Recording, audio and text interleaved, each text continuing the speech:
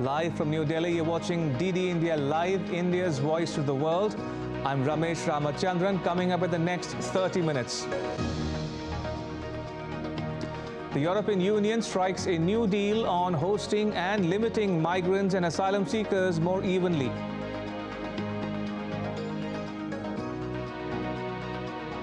Israel continues to battle Hamas as the UN Security Council delays vote on Gaza ceasefire by another day.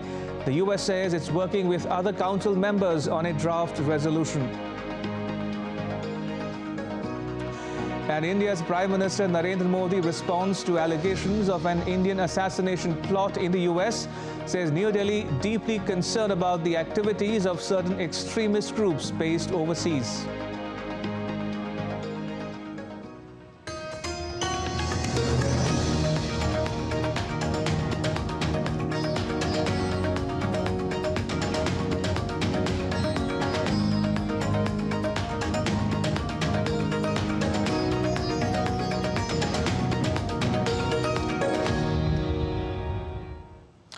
The COVID-19 virus continues to make a comeback. Thankfully, this time, it's only a variant of interest with low risk, as declared by the World Health Organization. Nonetheless, the surge in cases of JN1 are making countries all over the world concerned. India today reviewed the preparedness of the public health system. DD India's Mihir Makuri reports from New Delhi. COVID-19 pandemic has once again returned across the globe. Though this variant JN1 is comparatively less risky, countries are battling the surge cautiously. India is all set to battle the new COVID cases. The country's health minister, Dr. Mansukh Mandavia, on Wednesday chaired a high-level meet to review the COVID-19 situation in India and preparedness of public healthcare system for surveillance, containment and management of COVID-19. In the meet, Indian states and union territories were advised to send samples of all COVID-19 positive cases to labs, plan appropriate public healthcare response. States were also advised to monitor emerging evidences of COVID-19 cases, symptoms and case severity. Mock drills to be undertaken every 3 months at both the central and state levels. Strengthen the surveillance systems for whole genome sequencing of positive case samples. Ramp up testing. Remain alert. Increase surveillance. Ensure adequate stock of medicines, oxygen cylinders, concentrators, ventilators and vaccines. Raise awareness among people on respiratory hygiene. Dissemination of factually correct information, counter fake news to mitigate any panic, and share information on cases, tests and positivity in real time. It is not serious by itself. WHO has named it as a variant of interest. That means we watch it carefully, we keep on tracking this, keep on understanding its structure and so on. This variant has been present in 36 to 40 other countries, originally reported in Europe way back in August. So it's under watch. We are tracking the virus carefully. The JN.1 confirmed in Kerala in one case and 21 other cases and Goa are being tracked. So this virus subvariant is there in our country, and this is the same virus, as I said, which is driving upsurge in other countries. But we don't have to worry. Now let's understand what exactly is the new COVID subvariant. JN1, COVID subvariant initially identified in Luxembourg, is a descendant of the Pyrola variant. It has its origins in the Omicron subvariant. World Health Organization has classified JN1 coronavirus strain as a variant of interest. World Health Organization has also said that the current evidence shows risk to public health was low from the strain. The common symptoms of JN1 subvariant are cough, cold, throat pain, headache, loose motions and mild breathlessness. Subvariant JN1 has already gripped few countries across the world such as China, Brazil, Germany and the United States. Preventive measures like frequent hand sanitization, use of triple mask and social distancing can help us in dealing with it efficiently. Mihir Makuri reporting for DD India. Meanwhile, in Singapore, COVID-19 cases continue to rise. On 15th December, the number of COVID-19 cases increased to 56,043 between 3rd and 9th of December. It's a whopping 75% jump compared to 32,035 cases in the previous week. India's Prime Minister Narendra Modi has responded to allegations of an Indian assassination plot in the US, saying that he'll look into evidence, but diplomatic ties between India and the US will not be derailed by few incidents. In an interview to the Financial Times newspaper published from the UK, Prime Minister Modi said, and I quote, "We need to accept the fact that we are living in the era of multilateralism and the world is interconnected as well as interdependent. This reality compels us to recognize that absolute agreement on all matters cannot be a prerequisite for collaboration," unquote. Noting that India was deeply concerned about the activities of certain extremist groups based overseas, the Prime Minister said, and again I quote, "These elements, under the guise of freedom of expression, have engaged in intimidation and incited violence," unquote. Moving on, the European Parliament and EU member states struck a major deal on Wednesday to reform the bloc's migration policy. The pact focuses on screening irregular migrants when they arrive in the European Union, procedures for handing asylum applications, rules on determining which EU country is responsible for handling applications, and ways to handle the crises. The ultimate goal is to find a balance between the responsibility of frontline nations, including Italy, Greece and Spain, which receive the bulk of asylum seekers.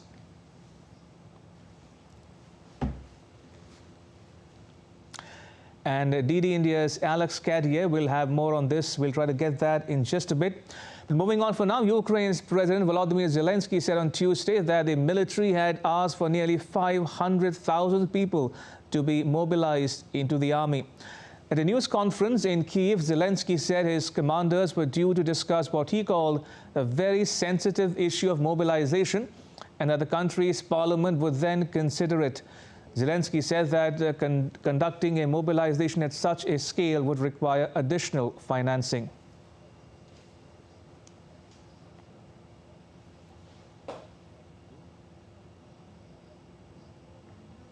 Was that they proposed to mobilize an additional 450,000 to 500,000 people. This is a very serious number, and I said that I need more arguments to support this idea. This is a question about people, about justice, about defense capabilities, and a financial question.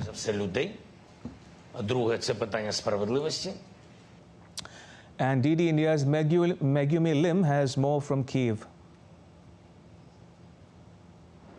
President Zelensky held a year-end press conference in Kyiv on Tuesday, where he said Ukraine's military had asked for an additional 450 to 500,000 people to be mobilized into the army. At the press conference, he said this was a serious number and that he would need to hear more arguments to support this direction. He said recruiting soldiers in those numbers would cost about $13.4 billion.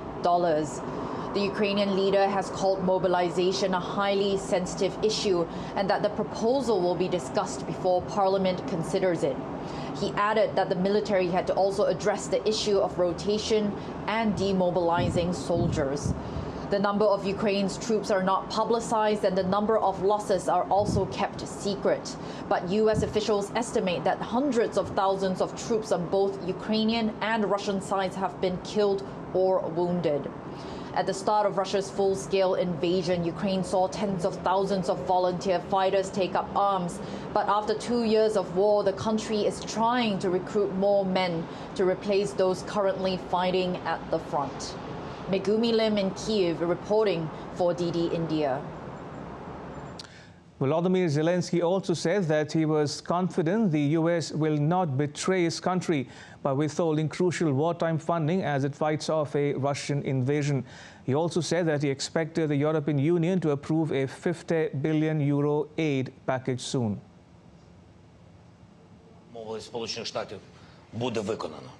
We are working very hard on this, and I'm certain the United States of America will not betray us. And that on which we agreed in the United States will be fulfilled completely. Regarding the European Union, well, everyone played their big cards, and we reached one victory regarding the EU's €50 billion. I'm sure that we have already achieved all of this. For its part, the Kremlin on Wednesday said that there is currently no basis for peace talks between Russia and Ukraine. Kremlin spokesperson Dmitry Peskov said that the UK had sunk chances of a peace deal in 2022 by pushing Kyiv to refuse a draft deal shortly after Russia sent troops into Ukraine.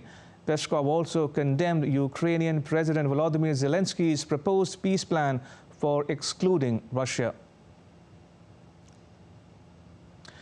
Meanwhile, Ukrainians are gearing up to celebrate their first Christmas on 25th December, moving away from the usual norm of celebrating it on 7th January.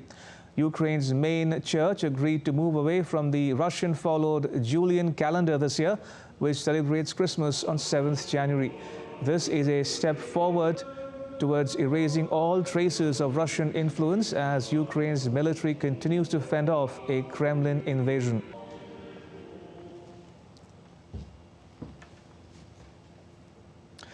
Many UN members say that the move is vital to address the humanitarian situation in the enclave, but the US has expressed concerns that the text fails to sufficiently address Israeli security concerns. William Denslow reports from the UN headquarters in New York City.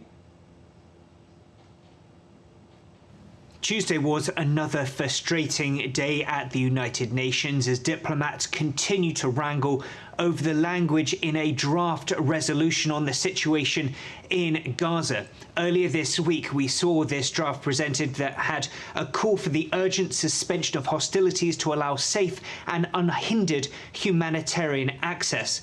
But what we understand from reports is that the United States has had real issues with some of the language in this draft resolution and wants it watered down. It's understood that the draft included the phrase urgent steps towards a sustainable cessation of hostilities. It's understood that Washington has an issue with the reference to cessation of hostilities. So that has been a major stumbling block for diplomats at the United Nations.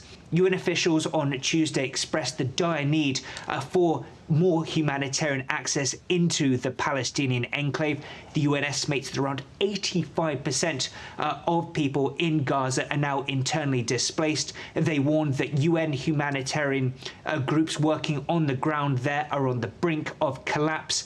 UN officials say that the situation for civilians, they say that the impact has been unbearable for them, really imploring council members to come together and to pass a meaningful resolution to get more humanitarian access into the Gaza Strip and really try and see more protection of civilians going forward. We have heard on Tuesday from Robert Wood, who is the US Alternative Representative for Special Political Affairs. Now, he said to the press on Tuesday afternoon here in New York that efforts were continuing with other members of the Security Council to work on the draft text. He said, we'll see how discussions go. He says they're working on the issues and that we will see what happens. William Denslow in New York, reporting for DD India. Meanwhile, the US says that it is working with other UN Security Council members to resolve outstanding issues related to the draft resolution. We are engaging constructively with our colleagues on the Security Council to resolve outstanding issues related to that resolution. We fully support addressing the humanitarian needs of the people of Gaza, as this resolution should set out to do, and we're working through these issues with other countries on the Security Council. In a first, the highest court in the U.S. state of Colorado has disqualified the country's former President Donald Trump from the ballot in next year's presidential elections over the attack on the U.S. legislature building in Washington, D.C. on 6 January 2021. The verdict applies only to the state of Colorado, but it has potentially set the stage for similar lawsuits to come before the U.S. top court. The ruling has made Trump the first presidential candidate in U.S. history to be deemed ineligible for White House in a rarely used constitutional provision that bars persons who have engaged in insurrection from holding office. The Trump campaign says it will challenge the ruling in the U.S. top court.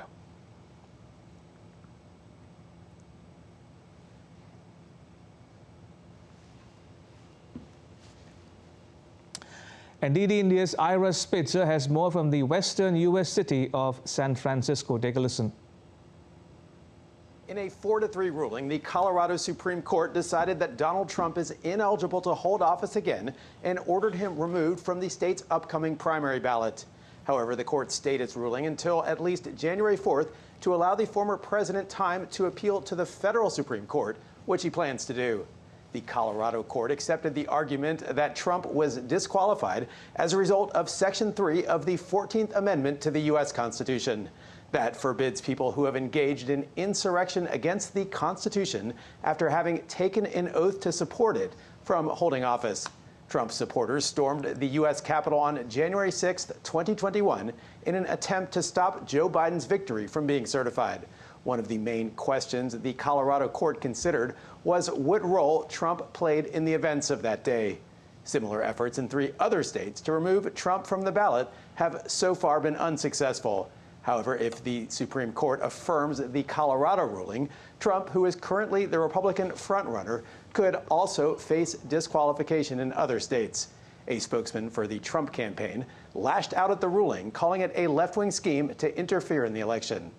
Ira Spitzer reporting in San Francisco for DD India. And still to come on DD India Live.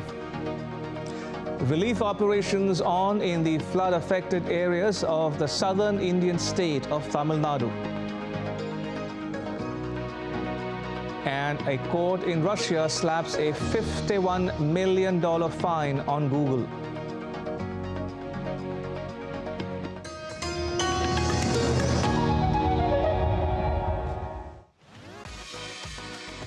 India that invents.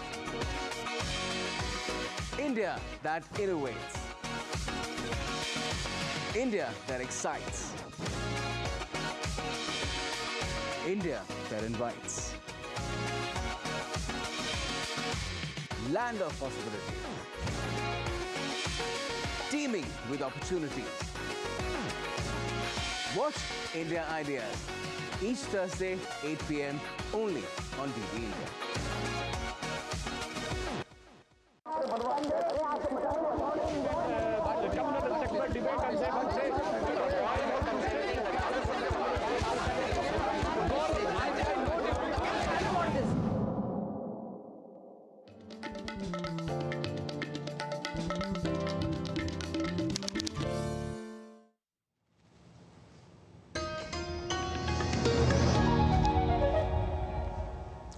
You're watching DD India Live. I'm Ramesh Ramachandran.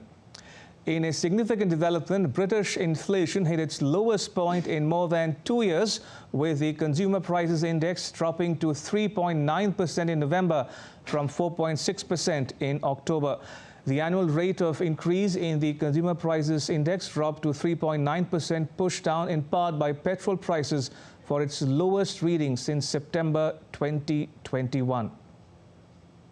A year ago, inflation was 11.1%. Now it's fallen to 3.9%, the lowest for over 2 years. And that shows the government's plan for the economy is working. But nonetheless, it is very tough for a lot of families. And that's why from next month, national insurance contributions will go down by 2%. That's worth £450 a year for someone on the average wage. And I hope that will make a difference to a lot of families up and down the country. The Indian Parliament's lower house today passed 3 criminal law amendment bills. The bills, the Bharatiya Nyaya Second Sanhita, proposes to replace the Indian Penal Code. The Bharatiya Nagarik Suraksha Second Sanhita proposes to replace the Code of Criminal Procedure. And the Bharatiya Sakshya Second Sanhita seeks to replace the Indian Evidence Act. India's Home Minister Amit Shah said that the bills will replace the colonial era laws.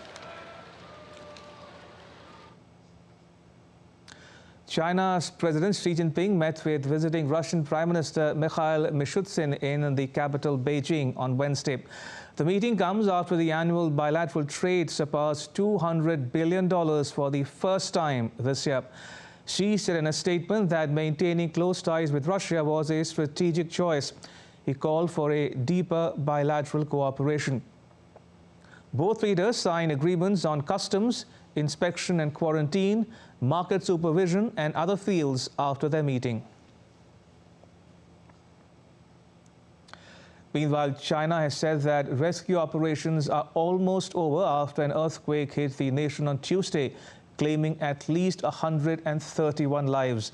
Authorities are working towards providing medical help to the injured and also focusing on resettlement. Disaster relief efforts have been challenging because of a powerful cold snap that gripped most of the nation last week. China has swiftly taken high-tech measures, including using military aircraft, unmanned aerial vehicles, and satellites for emergency rescue operations.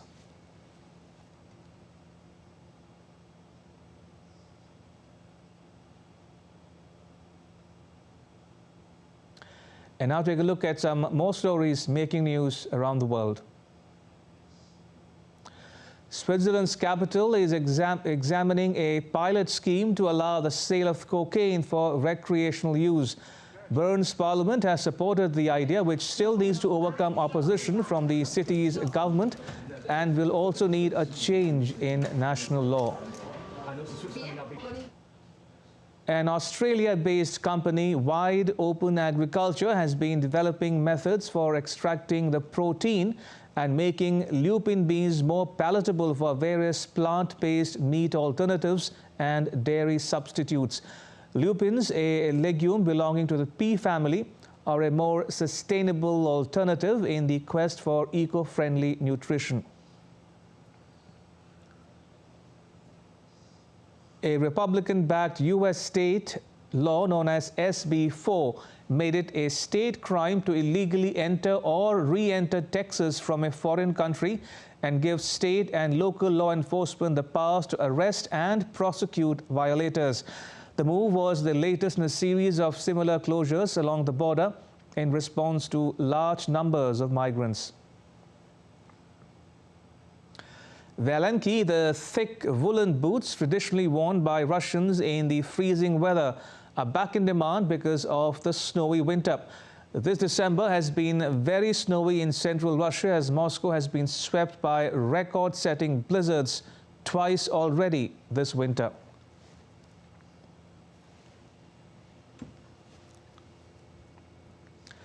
Tamil Nadu, known also as the land of temples, is rich in stone carving art. Mahabalipuram, located 60 kilometers away from Chennai, is a main center for ancient stone carving. The rules of Shilpa Shastra are followed to carve granite stones to make replicas of Hindu mythological epics and products of daily use. Now, stone carvings art is in Kashi Tamil Sangamam. It's attracting participants. DD India correspondent Ajay Mishra has more.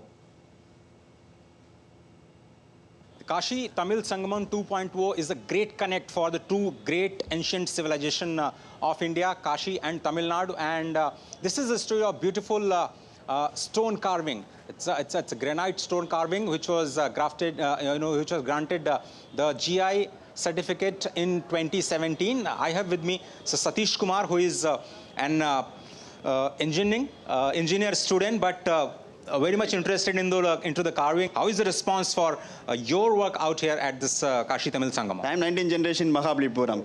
Is the continue further? Many generations also they are continue the programs. Now also they are also college there. Then the stone carving, the many different carvings also and the teaching for the government. Then also they are also the different kind of stones. That's not the black stone. This is the I'm telling for the green stone. Example for this.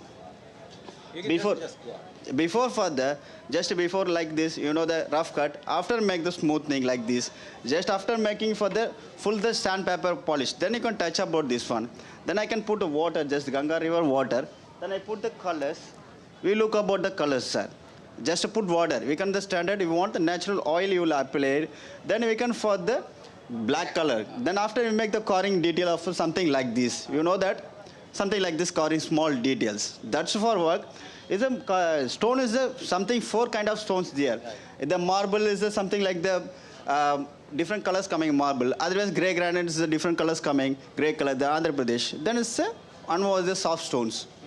How is the experience of telling this beautiful story to the people of Kashi? First, I am telling for my officer for the inviting for here, Kasi Tamil Sangam 2.0, but he is giving for the allocating for the my shop. That's why for the inviting for the respect, I can for the good respect for him. Then after I tell it, I lovable people there. They also this very beautiful in the Varanasi. That's a beautiful story of stone carving here out here in Kashi Tamil Sangam, which is gaining lots of eyeballs, especially from the youth here at Namo Ghat, Varanasi. With camera person Uttam Singh, Ajay Mishra, DD India, Namo Ghat, Varanasi. As heavy rains continue to lash parts of the southern Indian state of Tamil Nadu, the state's chief minister appealed to the national government for assistance in light of the devastating impact caused by the heavy rainfall. The Indian Army and Indian Air Force helicopters conducted relief operations, airdropping more than 10 tons of essential supplies. They have successfully evacuated the stranded, including women and children, from isolated areas and rooftops. The floods have claimed the lives of 10 people. A national assessment team is set to visit the state on Wednesday to evaluate the extent of the flood's impact. Meanwhile, Tamil Nadu Chief Minister M.K. Stalin has reviewed rescue and relief operations over flood situation at a state emergency operations center.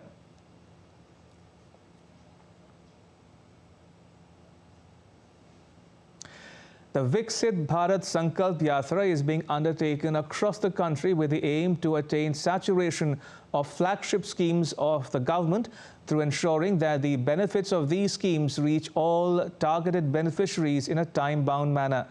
In this series, the Viksit Bharat Sankalp Yatra reached Sula Assembly constituency in the Indian state of Himachal Pradesh. The IEC van visited different panchayats, including Kakrain, Kural, Mundi, among others. The IEC van was welcomed enthusiastically by the villagers. The villagers were informed through the IEC vans about various welfare schemes run by the national government. Moving on, a Russian court hit Alphabet's Google on Wednesday with a fine of $50.84 million for failing to delete so-called fake information about the conflict in Ukraine. Russia has repeatedly been at loggerheads with foreign technology companies over content, censorship, data and local representation in a simmering dispute that intensified after Russia invaded Ukraine in February 2022. To sports news now. India's Sports Ministry today announced the National Sports Awards for 2023. Major Dhyan Chand Khel Ratna Award 2023 will be given to Chirag Chandrasekhar Shetty and Ranki Reddy Satvik Sairaj.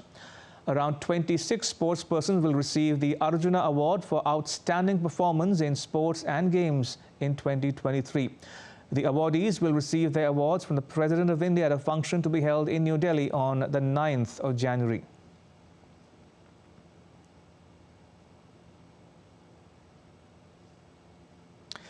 Nalini and Kamalini are two inseparable names in the field of Indian classical dance. They've been invited to represent their art before visiting dignitaries in India's Parliament, the Rashtrapati Bhavan, and they've been part of several global events in the UK, the US, Germany, France, Spain, Norway, and West Asia. Jessica Taneja spoke to the renowned Kathak duo. Take a listen. Nalini and Kamalini for joining DD India and taking out time for us. How does it feel to represent your culture, your art to the world? See, Indian art is unique in the world, you know. And when you just stand, that speaks your culture, you know. The way you dress up, the way you talk, the way you present yourself. And apart from that, if you are an artist, that speaks a lot without narrating anything. Both of you are Padma Shri awardees. You've been performing for many, many years. Yes. How does it feel like to perform in front of an international audience, an audience that is not your own, an audience that is not aware of your art, has never seen it before? What is that goes through your mind? It gives us more challenging atmosphere, and when the challenge comes, we are more excited and more energetic also. So for the last 4 decades, we have been performing, and fortunately, among the youth especially, who do not understand anything about Indian culture, but to them, the rhythm captivates a lot. And besides that, when they are captivated and they come under your clutches, we then switch on to our mythological themes, serve them all the dishes of Indian culture, you know. So it's so good, you know. Then slowly and slowly we make them tune to it, and then when they are more, they are more curious to know more things about our presentation, then, you know, the ball comes in our court, and then we play with them. And with that, it's a wrap on this edition of DD India Live. Let us know your thoughts on the news of the day. You can connect with us on Facebook, X and Instagram. You can also check out our website, ddindia.co.in. We'll be back with more news as it breaks here on DD India. I'm Ramesh Ramachandran. From all of us here in New Delhi, thanks for watching DD India Live.